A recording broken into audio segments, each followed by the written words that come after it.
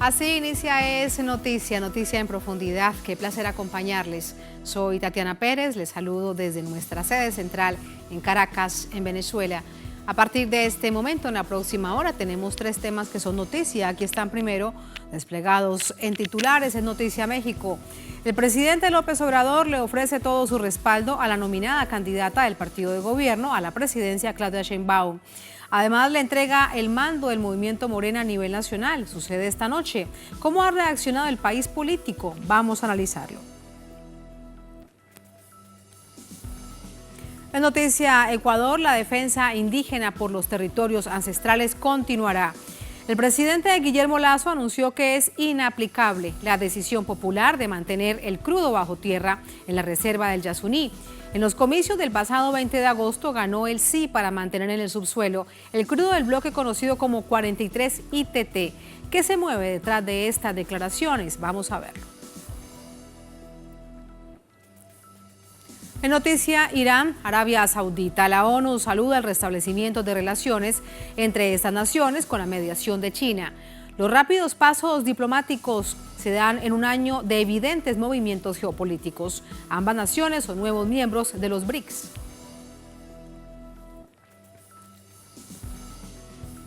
A partir de enero del año 2024, BRICS Plus. Lo analizamos. Así inicia Noticia. Bienvenidos, bienvenidas.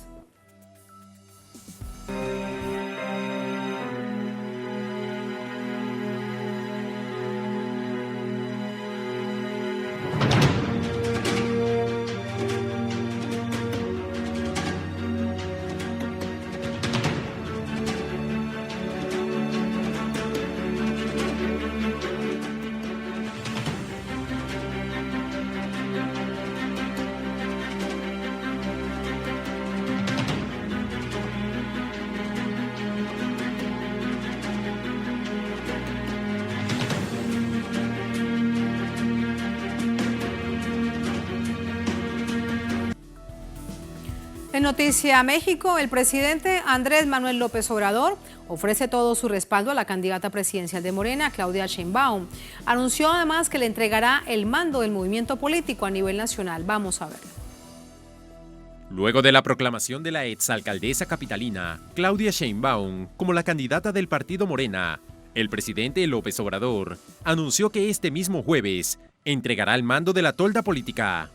Conozco a Claudia muy bien y estoy muy tranquilo porque sé que va a haber continuidad con cambio. Es una garantía para que se le dé continuidad a la transformación.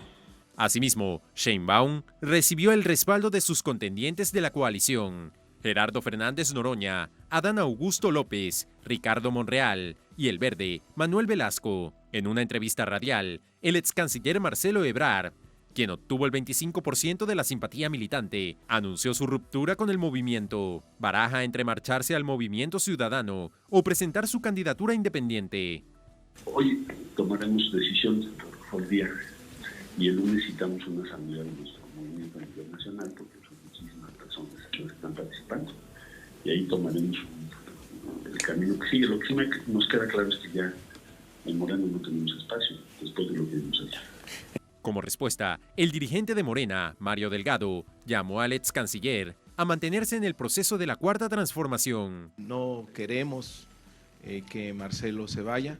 Marcelo es sin duda un integrante de este movimiento que ha contribuido mucho al fortalecimiento del mismo. Entonces lo queremos ver de nuestro lado, ayudándonos a asegurar que esta transformación nos dure muchos años. Tras los anuncios, Marco Cortés, presidente del PAN, Partido de Acción Nacional, invitó a Ebrard a sumarse al Frente Amplio por México. Su candidata, Xochitl Gálvez, retó al Ejecutivo Nacional, expresando: écheme a su gallo y gallina, con los dos puedo, en los comicios. Al enfilar por primera vez en la historia del país 2 mujeres en la carrera presidencial, ciudadanos manifestaron su opinión. Pues yo creo que es importante tener una visión desde el lado de las mujeres. Ya hacía falta y bueno, como mujer te puedo decir que es importante que haya igualdad y es un tema en México muy delicado que todavía no se ha logrado. Entonces para mí sería algo importante y algo trascendental para el país y a nivel mundial. No, pues muy bien, vamos a ver cómo nos va con una mujer presidenta y se ve, Morena viene con muchas ganas, sí, hubo muchos cambios y estamos a gusto que ella sea una presidenta en México. Morena es favorito para los comicios generales de 2024, mayoritario en el Parlamento y gobernante en 23 de los 32 estados mexicanos. Así va la jornada que no termina, por eso vamos hasta Ciudad de México con nuestro corresponsal Daniel Rosas para conocer más información. Daniel, adelante, buenas noches. Gracias, Tatiana, muy buena noche. Y bueno, pues justamente dando actualización a este tema, déjame comentarte que hasta el momento no ha habido todavía una definición sobre este tema del ex canciller Marcelo Ebrard. Inclusive hoy tuvimos oportunidad de estar en un evento en donde participaron o acudieron algunos de estos pues integrantes de la oposición, entre ellos Marco Cortés, que veíamos en esta pieza. Y justamente él lo que le está pidiendo al canciller es que haya definiciones para poder saber si puede ser aceptado en el Frente Amplio por México. Y tanto en el Frente Opositor como en el Frente Oficial, que ahora encabezará Claudia Sheinbaum, pues han habido invitaciones. De hecho, Claudia Sheinbaum, al igual que el presidente Andrés Manuel López Obrador, no han descartado o no han dejado de invitar a Marcelo Ebrard a que siga dentro del Frente de Transformación aquí en México. ¿Qué va a ocurrir en aproximadamente ya pues cuestión de 20 minutos, si es que no se atrasa? Bueno, pues que le estarán entregando el bastón de mando a Claudia Sheinbaum, el presidente Andrés Manuel López Obrador, en este acto simbólico que como tal no está previsto en la ley, pero que en las comunidades originarias de México representan el otorgar la confianza, y de esta manera, decía Claudia Sheinbaum, pues ella espera que de alguna manera pues recibir del presidente Andrés Manuel López Obrador la responsabilidad de mantener no solamente los rumbos del partido Movimiento de Regeneración Nacional, del que ella fue pues fundadora, sino en general de todo el movimiento de transformación. Y es que se van a comenzar a trabajar con mesas de negociación para oficializar o afianzar, mejor dicho, pues esta alianza entre el partido Morena, el del Trabajo y el Partido Verde, que irán pues con toda probabilidad juntos rumbo a las elecciones del 2024. Este evento del pase o la transferencia del bastón de mando no va a ser abierto a la opinión pública. De hecho, en las calles de un restaurante céntrico en donde se realizará justamente este acto, pues ya se han colocado vallas metálicas para evitar que pueda haber ingreso de personas, de medios de comunicación. Han llegado simpatizantes pese a la lluvia que cae aquí en la Ciudad de México, y sin embargo, bueno, pues sabemos hasta el momento que se está pensando que inicia a las 7 de la tarde, hora de México, 9 hora de Caracas, Venezuela, 9 de la noche, y una vez que concluya este evento seguramente podremos tener reacciones de quienes ahí participen. Evidentemente estará la jefa de gobierno o la ex jefa de gobierno y ahora próxima candidata del bloque oficial, Claudia Sheinbaum, y se ha dicho que también estarían acudiendo pues algunos de los gobernadores de las entidades por parte del partido Morena, y han llegado ya también muchas personas, sencillamente ciudadanos de a pie, simpatizantes del movimiento, quienes se han dado cita al exterior de este restaurante. ¿De qué ocurra en las próximas horas? Estaremos por supuesto pendientes, y por lo pronto, Tatiana, pues lo que tú decías, no hay que descartar una situación que llama mucho la atención. Ahora la contienda, hasta donde se encuentra en este momento, es entre dos mujeres. En México nunca hemos tenido a una presidenta mujer, así que eso será interesante. Y bueno, pues evidentemente el escenario podría cambiar con la decisión que tome el ex canciller Marcelo Ebrard, pero de eso sabremos hasta dentro de algunas horas, y posiblemente lo más seguro es que sea hasta el próximo lunes, de acuerdo a lo que ha dicho Marcelo Ebrard, que sería cuando haría el anuncio de la decisión que tome sobre su futuro político. Por lo pronto, Tatiana, es lo que está ocurriendo aquí en México. Y antes de despedirte, una pregunta más a manera de contexto, Daniel. Bueno, primero, qué lástima que ese momento tan simbólico no sea transmitido, no tenga acceso a los medios de comunicación. Seguramente después tendremos imágenes o videos para conocerlo. Pero recuerdo el momento de la asunción del presidente López Obrador, que una serie de representantes indígenas han realizado en esa jornada en el Zócalo capitalino un acto simbólico y le entregan ese bastón de mando. Uno se imaginaría algo más pequeño, pero más o menos, algo así. ¿Sería eso lo que está en el plan del presidente López Obrador? Entendemos que así será, Tatiana, efectivamente. En aquella ocasión se le entregó justamente en el Zócalo capitalino, como lo refieres, y pudo ser transmitido porque era un acto ya oficial en el que él ya era presidente de México, y de esta razón pues podía utilizar el aparato del Estado.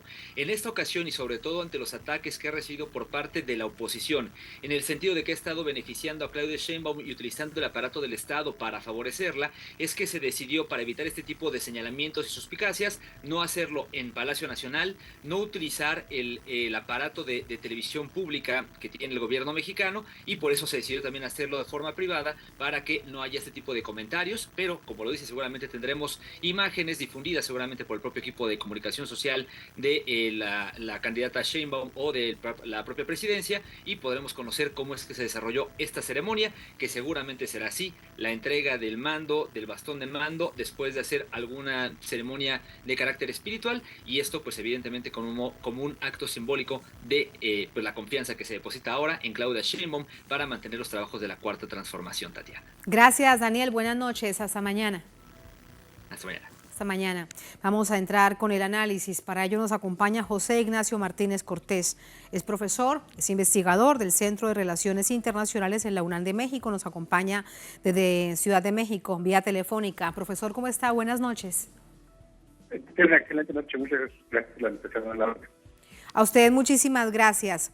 Este escenario que mueve sin duda el ajedrez político nacional, que era tan esperado, tiene un desenlace que sí llama la atención y que es sorpresivo, porque se evidencia hasta este momento, a menos de que Marcelo Ebrard, el ex canciller, tome una decisión contraria, una división. ¿En qué momento entonces se encuentra Morena cuando ya hay una candidata oficial a la presidencia? Bueno, sin duda aquí ya vamos a ver a partir de este lunes, ya cuando comienza oficialmente y jurídicamente el proceso electoral 2024, pues ya una candidata, ya no como tal se menciona, a Claudia Sheinbaum haciendo un nuevo recorrido en el país, pero ya de cara a las elecciones del próximo 2 de junio de 2024. Y aquí sin duda, pues, la hoy ungida de Morena, pues tiene mucho que ir contracorriente. No se nos olvide, Tatiana, que Claudia Sheinbaum perdió el 70% del electorado en la Ciudad de México. Esto es un dato muy importante a retomar, porque si Sheinbaum se va con el canto de las sirenas de que la simpatía que tiene López Obrador se le va a trasladar, pues simplemente hay que recordarle que perdió el 70% de la elección en la Ciudad de México, y que también pues su carisma no mueve las masas como López Obrador, ¿no? Entonces sí tiene que haber un trabajo de reconstrucción política, de imagen política, sobre lo que ella quiere representar, sobre lo que ella quiere decir. Aquí es muy importante destacar también de que hubo 3 resbalones de Sheinbaum en cuanto a que no le convenció cómo la entrevistan, no le convenció cómo es que llegan los apoyos en ese momento hacia otro candidato de Morena, y también que en un aeropuerto pues responde mal, simplemente porque se le grita el público en el aeropuerto, pues le grita que favorece en este caso a la contrincante Xochitl Gálvez, ¿no? Entonces sí que mucho tiene que trabajar Claudia Sheinbaum al respecto, si quiere tener la simpatía del electorado de México, que la lleve a ser la primera presidenta de México. Claro que no es el presidente López Obrador, y traspasar votos, bien sabemos en muchas oportunidades que no es tan matemático. Sin embargo, sí observábamos en las encuestas que fueron ayer presentadas, 5 de ellas, y fueron detalladas luego presentadas a medios de comunicación, una amplia ventaja de ellas sobre los demás candidatos. Esto, ya revisándolo de manera detallada, región por región, debería darles un mapa de la favorabilidad, pero no solamente de ellas, sino de Morena, profesor. Sí, es correcto. Sin embargo, aquí si uno entra a la radiografía de la metodología de las encuestas, Sheinbaum no le fue bien en el sur-sureste del país. ¿Por qué?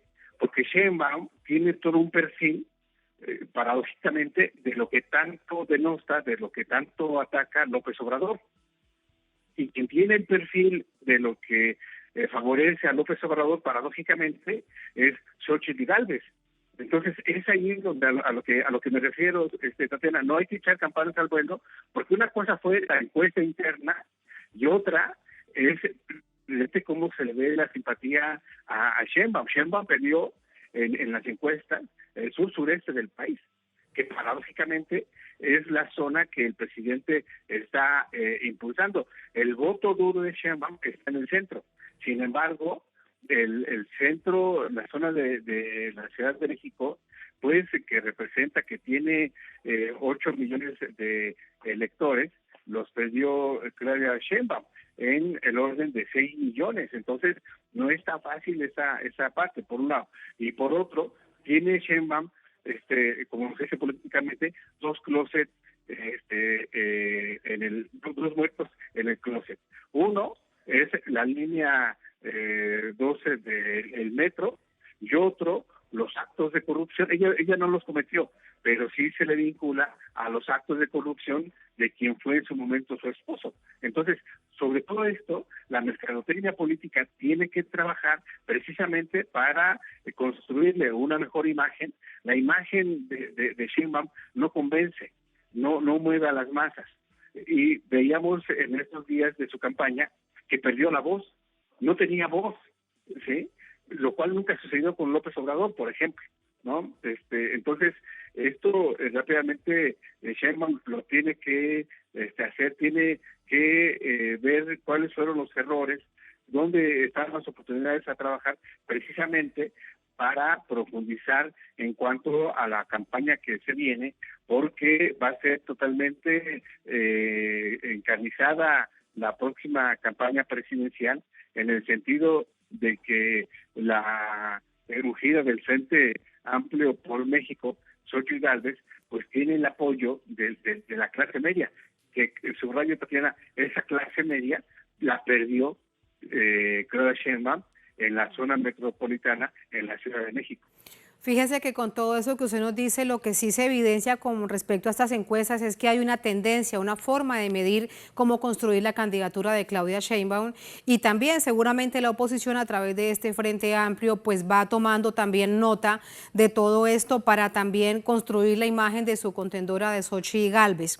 Ahora, profesor, el papel del ex canciller Marcelo Ebrard le está diciendo, por ejemplo, de Acción Nacional que se vaya para allá. Él dice que podría irse a un movimiento ciudadano, que podría irse como independiente. Mientras tanto, los líderes de Morena le dicen, regresa porque necesitamos avanzar en la cuarta transformación, es decir, algo que va por encima de los intereses políticos y partidistas. ¿Qué cree usted que puede suceder? Hemos perdido la comunicación con nuestro invitado, José Ignacio Martínez Cortés.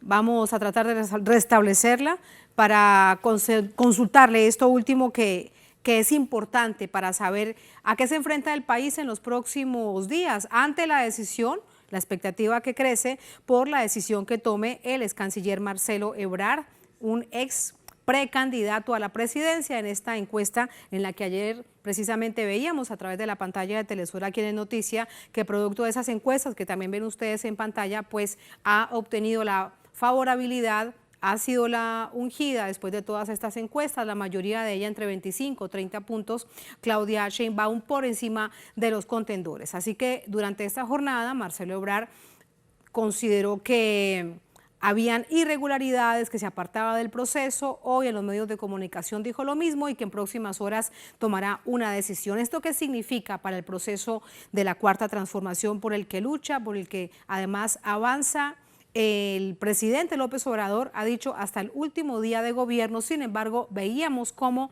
desde el punto de vista partidista decide entregarle la coordinación del Movimiento Nacional de Regeneración Morena, el propio presidente López Obrador, a Claudia Sheinbaum, que tiene entonces estos meses hasta el próximo año 2024 para construir toda esta candidatura y continuar con ese avance de la cuarta transformación. No tenemos el invitado, se lo agradecemos, el profesor José Ignacio Martínez Cortés. Vamos a continuar con más de Es Noticia.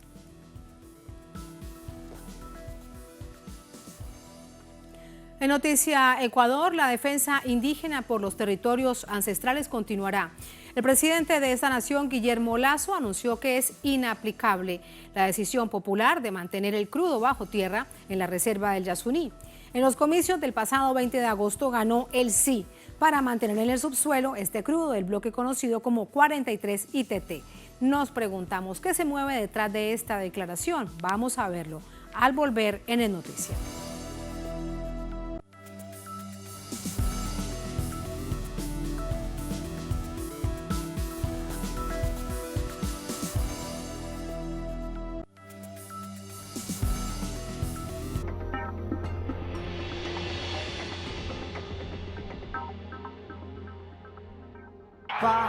Ay, dale, escuchame. Mirá lo que tengo para mostrarte. Así vas a estar en 10 años. ¿Cómo te ves? Mirá, me veo bastante fachero, sí. Tranquilo y sobre todo jubilado. Ah, ¿te vas a jubilar? Sí, ya me estoy encargando de eso. Qué bueno. Bueno, dale, prendé. Si te faltan hasta 10 años para cumplir la edad para jubilarte y adeudás aportes, ahora los podés regularizar con el nuevo plan de pago de deuda previsional. Tu esfuerzo cuenta. ANSES, Argentina Presidencia. Desde Uruguay hasta Nicaragua. Telesur conecta fronteras. Telesur siempre da más.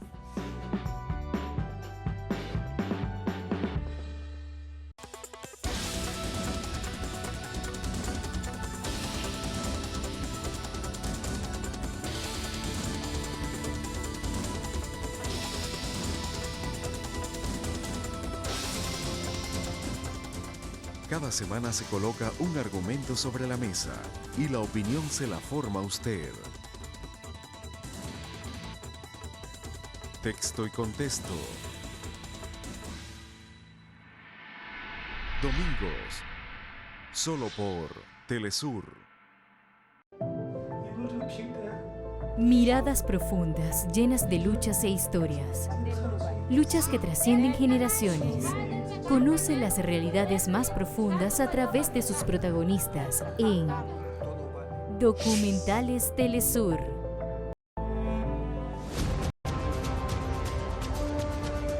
Domingos. Solo por Telesur.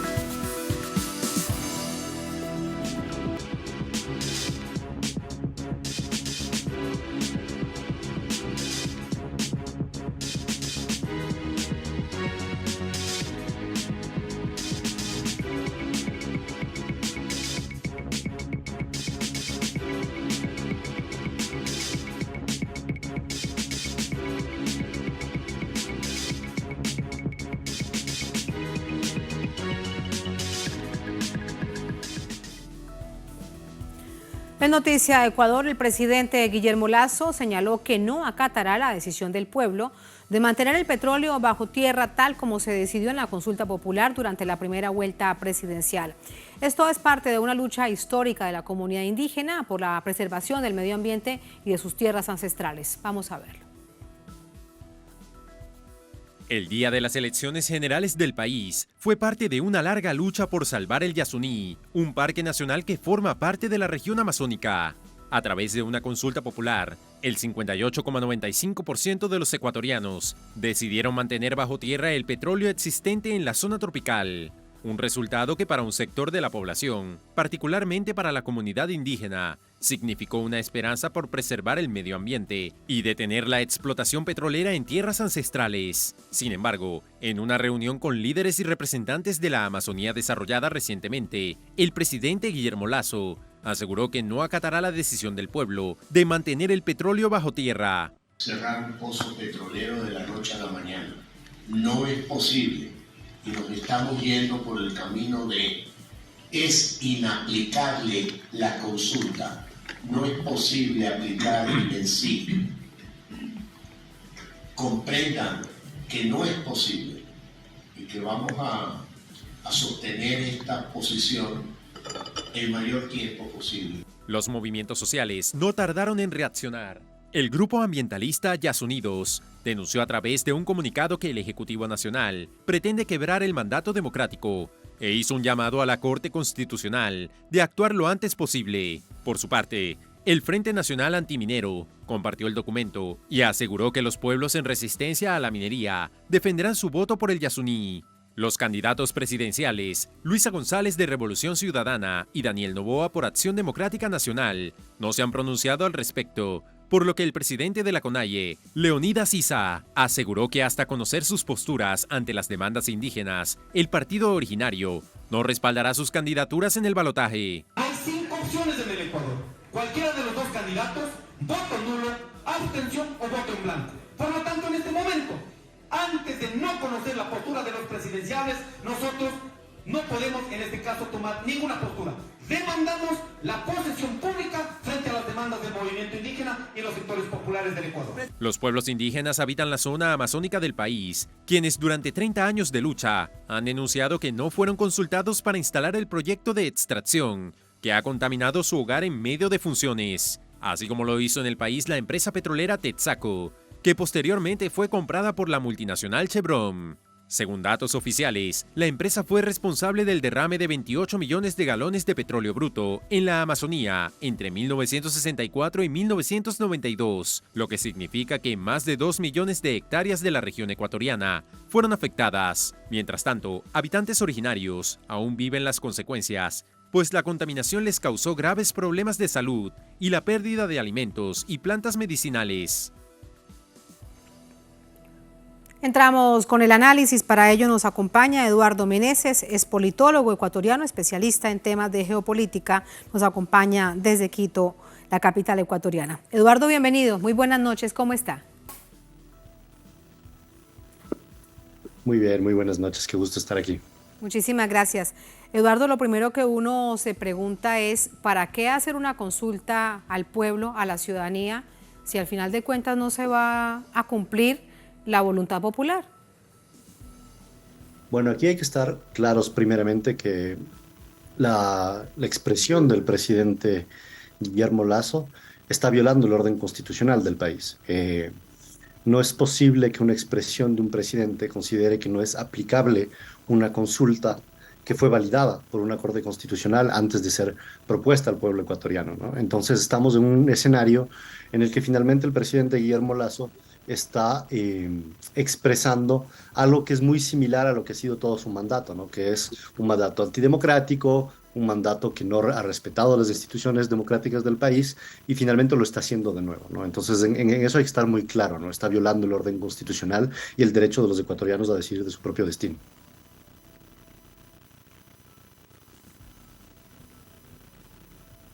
¿Debería pronunciarse la Corte Constitucional, Eduardo? Digamos que no es necesario en nuestra institucionalidad que la Corte Constitucional vuelva a ratificar algo que ya ha sido ratificado. En realidad estamos en un escenario en el que el mandato del pueblo debe entrar en una parte operacional, no está en debate si es que debería haber una nueva validación de la Corte Constitucional. Obviamente vamos a ver en los días siguientes si es que hay una presión que se ejerza para que la Corte Constitucional vuelva a ratificar esto. Es más, hay algunas organizaciones sociales, desde los movimientos que han estado impulsando esta consulta, que lo han llamado de esta manera. Pero volviendo un poco al orden constitucional de nuestro país, no sería necesario que la Corte Constitucional vuelva a hacer una validación de esto, ¿no? Como lo venía afirmando, este proceso además no es un proceso nuevo, es un proceso que es parte de nuestra propuesta constitucional en el Ecuador de poder tener referendos de iniciativa ciudadana que para poder ser llevados a una consultación popular, como fue en el caso del 20 de agosto, tuvieron que ya haber pasado por un filtro constitucional. Entonces no se requeriría normalmente eso. Más bien, el que está en falla aquí claramente es el presidente Guillermo Lasso. Y es más, es muy preocupante la forma en que él públicamente anuncia casi un saboteo de esto, ¿no? Porque él lo dice, dice que es inaplicable, algo que no le compete a él decidir si es que es algo constitucional o no, si es que es algo aplicable o no, puesto que esos controles ya pasaron y estamos claramente viendo un presidente que se pone en una postura de saboteo de la expresión popular legítima, ¿no? Y además, ¿qué precedente genera esto en las propias decisiones cuando se avance, por ejemplo, en un llamado de cualquier otro tema, aunque este sin duda es trascendental para el país, para Ecuador, de una consulta popular? ¿Para qué llamarla si ya hay un precedente de que no se cumple? Sí, estamos muy conscientes que además esta consulta no es solo importante para el Ecuador, ¿no? Es una primera vez en la historia que se está dando una consulta de esta magnitud, una consulta en la cual un pueblo soberanamente decide ponerle límites a la depredación de la naturaleza, a la depredación del extractivismo, que en nuestro continente es un gran debate, ¿no? Es un debate de dónde están los límites del extractivismo, dónde están, hasta dónde explotar ciertos territorios, hasta dónde no. Y bueno, el pueblo ecuatoriano está tomando una postura sobre esto y esta es una primicia no solo para nosotros, sino para el mundo.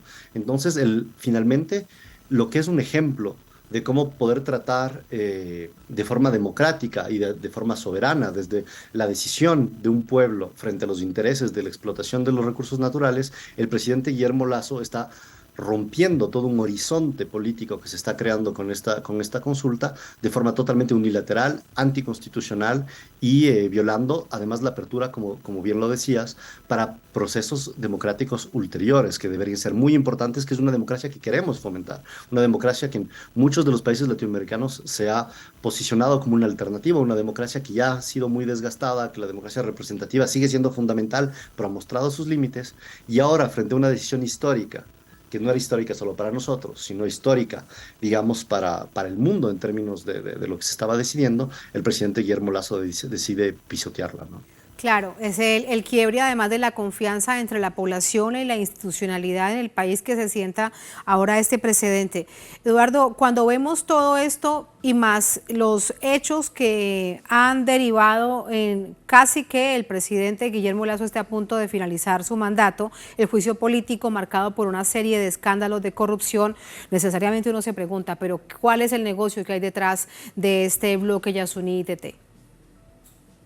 Bueno, digamos que no es una novedad, ¿no?, para el pueblo ecuatoriano en la serie de entramados oscuros, entramados de corrupción en los cuales ha estado envuelto el presidente Guillermo Lasso. Hay muchas denuncias de esto. Es más, el hecho de que nosotros tengamos una elección anticipada que se dio ahora a raíz de una muerte cruzada, que fue cuando Guillermo Lasso decidió disolver el Congreso, en realidad era una respuesta ya al hecho de que venía un juicio político por la falta de confianza que tiene no solo de las instituciones, sino del pueblo ecuatoriano. Guillermo Lasso está en uno de los momentos más de reconocimiento más bajo que ha tenido un presidente en la historia moderna del Ecuador. Entonces, obviamente pasará tiempo hasta que podamos tener las certitudes y las pruebas, pero es muy sospechoso que, claro, Guillermo Lasso está aprovechando este tiempo, está diciendo vamos a dilatar y obviamente eso significa mucho dinero, ¿no? Y ese dinero en las condiciones actuales de desinstitucionalización del país, en las condiciones actuales de desconfianza de las instituciones y además en la liberalización financiera que generó Guillermo Lasso en los intereses de la banca que él representa, es muy difícil saber qué va a pasar con ese dinero, ¿no? Ese dinero actualmente van a ser millones de dólares que se ven en una explotación que debería ser frenada lo más pronto posible y esos millones de dólares, en este momento tener la transparencia y la trazabilidad de hacia dónde van a ir, es muy difícil. Tal vez con el tiempo sepamos cuáles son los intereses que están ahí, pero la sospecha es grande, ¿no? Y ahí hemos visto suficientes indicativos de eso. Claro, las suspicacias están allí después, por ejemplo, del caso Gran Padrino, que tiene distintas aristas, solamente para recordar un punto. A todo esto, Leonidas Issa, el presidente de la CONAIE, la mayor organización indígena del país, se muestra extremadamente preocupado y en clave política electoral dice que mientras no se tenga clara la postura y la agenda de que los dos candidatos a la segunda vuelta presidencial van a llamar al voto nulo, al voto en blanco o a la abstención. ¿Cuál es tu valoración acerca de ello? Digamos que aquí hay dos temas muy importantes, ¿no? Obviamente, una de las lecciones que nosotros tomamos, no solo de esta elección que acaba de pasar, sino de la elección pasada, es que la opción electoral progresista ha llegado a un límite propio, digamos, que encontrando en su base única la Revolución Ciudadana, la opción progresista, no está teniendo los votos suficientes para volver a ser la responsable del Estado, ¿no? Eso ya pasó en la elección anterior, cuando no llegó a ganar la elección, y actualmente al llegar a un tercio del electorado, y bueno, las encuestas actualmente le dan más o menos unos 10 puntos por debajo. En la primera valoración que tenemos que hacer es que todo el desgaste que se ha dado estos últimos años han implicado que por sí sola, sobre sus propias bases y sobre su programa histórico, la Revolución Ciudadana ahora necesita ampliarlo si quiere llegar a volver a dirigir el Estado, ¿no? Entonces estamos frente a ese escenario. En ese escenario, obviamente la alianza natural que se abre son hacia sectores sociales, sectores que han estado en lucha contra el neoliberalismo, y en ese caso, obviamente, el lector no solo histórico, sino coyuntural de los últimos 4 años de lucha social en contra del neoliberalismo es obviamente el movimiento indígena. Todos sabemos que ahí hay una tensión histórica y actualmente en esa tensión Eduardo, histórica pero permíteme, te pregunto algo ahora que haces referencia al concepto neoliberal. Quien representa el concepto neoliberal, tal como se conoce, además de qué manera ha avanzado además al extremo neoliberal en tu país, en Ecuador, es Noboa. Así que es Totalmente. Bastante contradictorio que la CONAIE diga que mientras que los dos candidatos no digan cuál es su agenda y que acompañan más de los 10 puntos que exige la organización indígena más grande del país, no los acompaña. Pero por descarte diríamos entonces que deberían acompañar a Leonidas Issa y toda su organización a Luisa González, porque precisamente hablan de neoliberalismo. Así que es bastante contradictorio, pero lo consulto. Sí, digamos que ahí estamos en un problema que es resolver un conflicto histórico que hubo en Ecuador entre el movimiento indígena y el progresismo.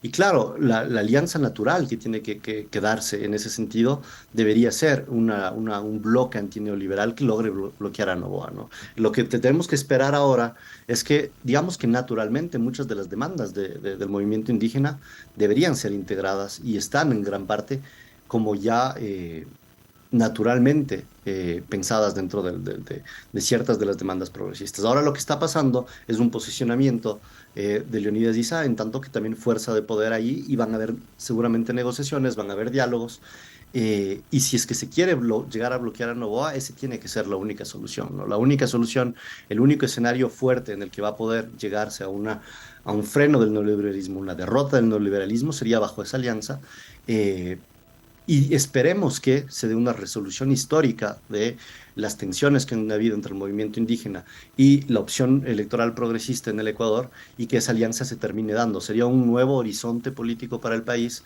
el poder crear este nuevo frente antineoliberal en un momento en que la derecha continental está contraatacando. No lo vemos en Argentina, los vemos en otros lugares. Entonces ahí tendría que ser un imperativo para las clases populares que eso suceda, y esperemos que puedan tomarse decisiones responsables en ese sentido de lado y lado para poder llegar a acuerdos, ¿no? Ojalá que así sea, porque el costo político y para el país en general que ha significado esa ruptura es extremadamente grande. Recordemos la pasada contienda electoral, por ejemplo, es un escenario muy complejo para la nación, para ver el punto en el que se encuentra ahora el país en año largo de gobierno de Guillermo Lasso. Para despedirte, también otra pregunta de carácter política electoral. Con todo lo que se está develando por parte del candidato Daniel Noboa, pues realmente a este punto, ¿en qué lo diferencia de una candidatura de Guillermo Lasso? No me refiero además como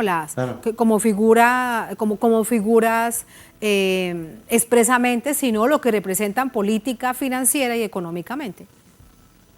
Claro, digamos que la razón por la cual Noboa llega a la segunda vuelta electoral, en realidad es porque él no tenía un posicionamiento claro en la primera vuelta. Si él llega de sorpresa y él llega tan fuertemente a la segunda vuelta electoral, es porque él solo había aparecido como un candidato casi de consenso, que no había creado conflicto, no se había posicionado políticamente claramente en la primera vuelta, y mucha gente votó. En realidad, si ustedes leen el voto del electorado ecuatoriano, se votó en contra de la violencia, en contra del conflicto, porque la gente estamos en Ecuador en un momento de gran escalada de la violencia, y en realidad se votó por un freno a eso. No se votó por la opción de Chantopi, que era la opción de la guerra, sino se votó por un candidato que no había dicho nada, un candidato que no se había posicionado, pero que finalmente la gente lo entendía como el consenso. Ahora bien, en el momento de la segunda vuelta, Noboa comienza a sacar sus posturas políticas y la gente comienza a descubrir el neoliberalismo que representa Noboa, que es idéntico, con ciertos matices, pero que tiene el mismo proyecto de sociedad y de civilizatorio que el de Guillermo Lasso y anteriormente el de Lenín Moreno. Entonces, esperemos que esta clarificación... Cierto. Además, aquí escuchándote, ¿no? Permíteme, te pregunto algo. Claro.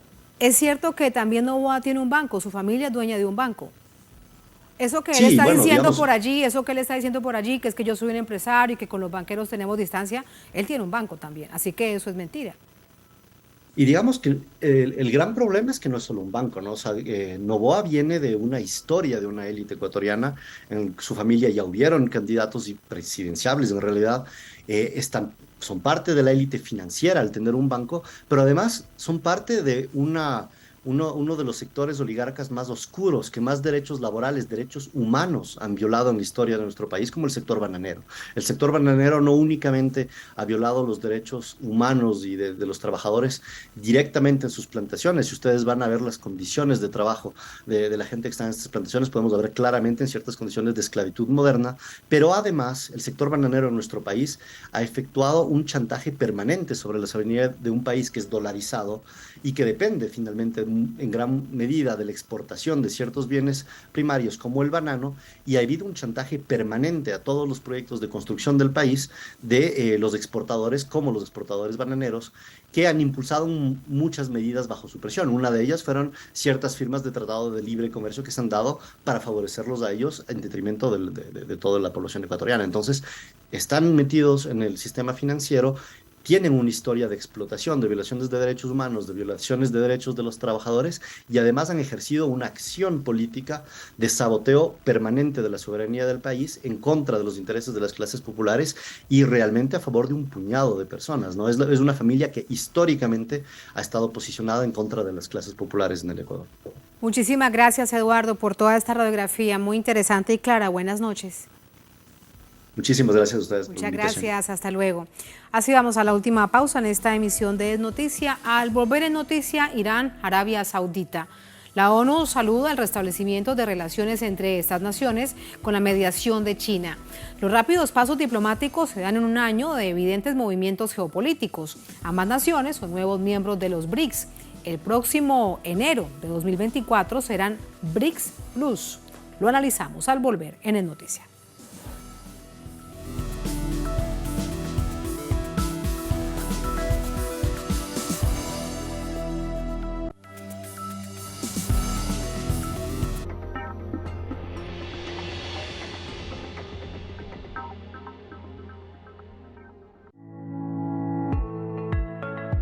La vida es movimiento. Pareciera que cuando se casan las parejas o se unen, están como que entran en una zona de confort en donde yo ya no tengo que hacer nada. Ya damos por hecho que las cosas se van a dar por sí solas. Es una chamba de todos los días. Yo creo que la peor chamba del ser humano es consigo misma y con la pareja. Entrevista con Aísa García, desde Guía tu Cuerpo. Sábado, solo por Telesur.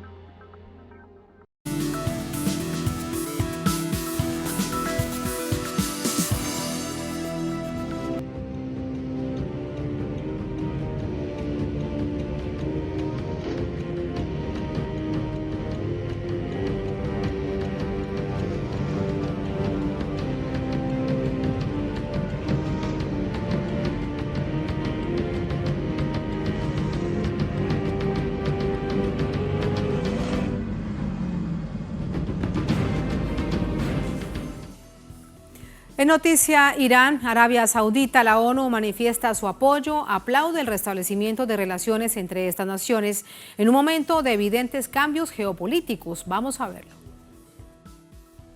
La ONU le da la bienvenida al intercambio de embajadores entre la República Islámica de Irán y Arabia Saudita, tras el restablecimiento de las relaciones diplomáticas entre ambas naciones. El 10 de marzo de este año, Irán y Arabia Saudita alcanzaron un acuerdo con la mediación de China para establecer relaciones tras varias rondas de negociaciones previas en Irak y Omán. El nuevo embajador de Irán en Arabia Saudí, Alireza Enayati, llegó a la capital de Riad para dar inicio a su misión diplomática en junio. Se rehabilitó oficialmente la embajada. De manera simultánea, el embajador saudí, Abdullah bin Saud Al-Ansi, llegó a Teherán para iniciar sus funciones, que reabrió sus puertas el 6 de agosto. Antonio Guterres, secretario general de la ONU, a través de su cuenta en X, expresó su opinión acerca de este nuevo momento entre ambas naciones. La diplomacia es más importante que nunca para sortear las tensiones de nuestro mundo multipolar emergente. El diálogo sigue siendo la única manera de encontrar enfoques conjuntos y soluciones comunes a las amenazas y desafíos globales. Este acercamiento estratégico se produce en un 2023 con evidentes cambios en la arquitectura global. Irán y Arabia Saudita son nuevos miembros del prometedor bloque BRICS, que a partir de enero será BRICS Plus. Así entramos con el análisis. Para ello nos acompaña Alberto López Girondo, periodista especializado en asuntos internacionales. Nos acompaña desde Buenos Aires, en Argentina. Alberto, ¿cómo te va? Muy buenas noches, bienvenido. ¿Qué tal? Buenas noches. Bien, por acá. Muchísimas gracias. Primero, consultarte acerca del papel que ha jugado China en este proceso, primero de acercamiento y ahora de restablecimiento pleno de relaciones entre Irán y Arabia Saudita. ¿Por qué crees que China toma esta decisión, además en un tema que era bastante complejo e histórico? Bueno, en principio China ya está demostrando desde hace mucho tiempo que es una gran potencia mundial y como gran potencia que es, está desarrollando a lo largo de todo el mundo sus políticas, demostrando que sus políticas, por otro lado, que sus políticas son de pacificación.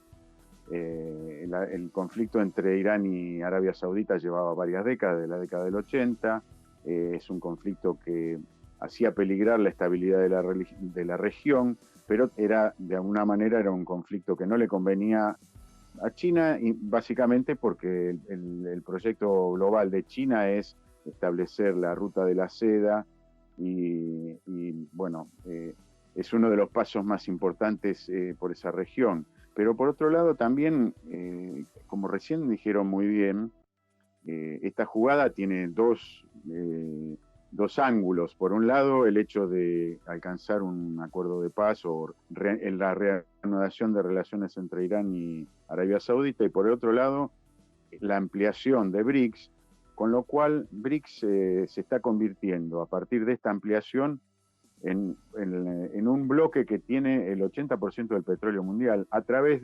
precisamente de haber logrado pacificar esa región de alguna manera, con dos países que son grandes productores petroleros y que por otro lado tienen el control geopolítico, el control geoestratégico de las regiones por donde circula el petróleo, a través del Estrecho de Hormuz, a través del Mar Rojo, el Mar Negro, el Mar Rojo, perdón, y el hecho de generar esto también tiene que ver con el otro aspecto, la otra pata de esta mesa es el intercambio en monedas locales, cuando no en yuan, y no en petróleo, la desdolarización del mundo.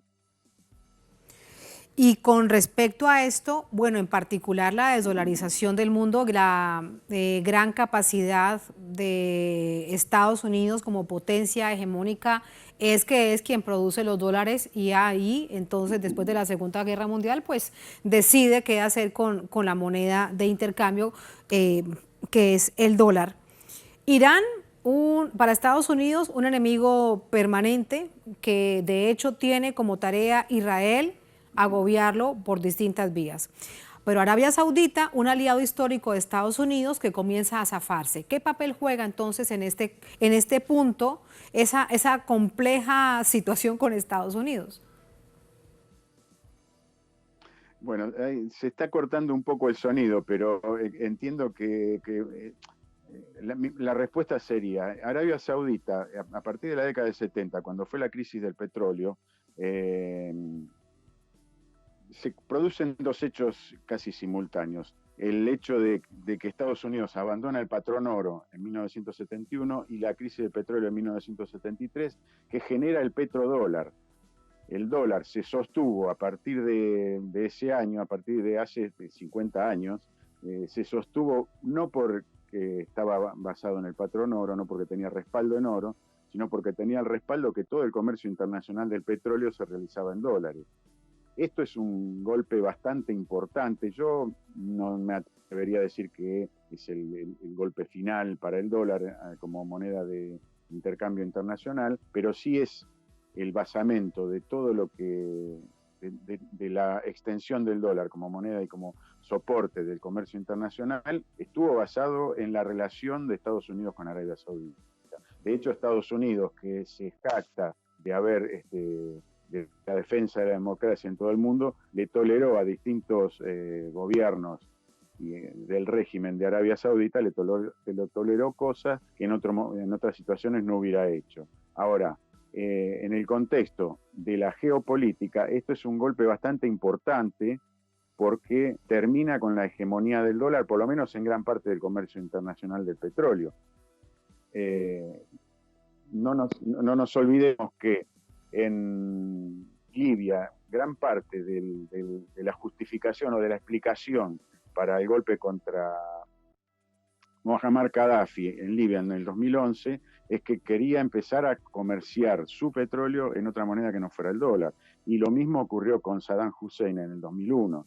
Entonces, esto para Estados Unidos es una muy mala noticia y por el contrario, para China es el ariete que estaba necesitando para la construcción de un mundo multipolar, para la destrucción del mundo unipolar. Pero para la construcción del mundo multipolar, esto es una noticia muy importante a nivel geopolítico. Muy importante y sobre todo cuando vemos ahora BRICS Plus. Y además, ¿qué sucederá con esto que además han planteado ambas naciones, Irán y Arabia Saudita? Planean crear una nueva alianza con los Emiratos Árabes Unidos. Quiero pedirle a la producción que ubiquemos en el mapa porque esto sin duda da cuenta de otro movimiento geopolítico. Emiratos Árabes Unidos, Omán, Qatar, Bahrein, Irak, India y Pakistán, para garantizar la seguridad regional en el norte del Océano Índico. Allí está gran parte de esta zona a donde se mueve un gran sistema económico en donde además hay distintas relaciones bilaterales. Es la propuesta de estos países, de Irán y Arabia Saudita. Una nueva alianza con todos estos países para garantizar la seguridad en el norte del Océano Índico. ¿Cuál es tu apreciación, Alberto? Bueno, el Océano Índico se está convirtiendo en el centro, en el corazón del comercio internacional. Esto es de suma importancia. De hecho, Estados Unidos viene tejiendo alianzas con Australia, incluso quiere incorporar a Filipinas, con Japón, en lo que se llama el AUKUS, que intenta mantener, extender el control sobre el Indo-Pacífico, que de eso se trata, que es la región donde circula la mayor parte del comercio internacional y que en los próximos años eso se va a seguir extendiendo. De hecho, bueno, no nos olvidemos cuáles son las economías que circulan por ahí. China, India, los BRICS ya tienen más del 42% de la población mundial y manejan casi el 37% del PBI. Y gran parte de ese comercio se realiza a través del Índico, del Indo-Pacífico y por tierra a través de la construcción de lo que es la ruta de la seda. Entonces, ese se está convirtiendo en el centro de gravedad del comercio, de la economía del mundo. Muchísimas gracias, Alberto. Lo que estamos observando de qué manera tan rápida en los últimos años es sin duda una nueva arquitectura financiera, económica, de distintas maneras a nivel global. Muchas gracias, buenas noches. Buenas noches. Muchas gracias. A ustedes gracias por habernos acompañado. Ponemos punto final a esta emisión de Noticia. Un placer. Hasta mañana. Sigan con nosotros.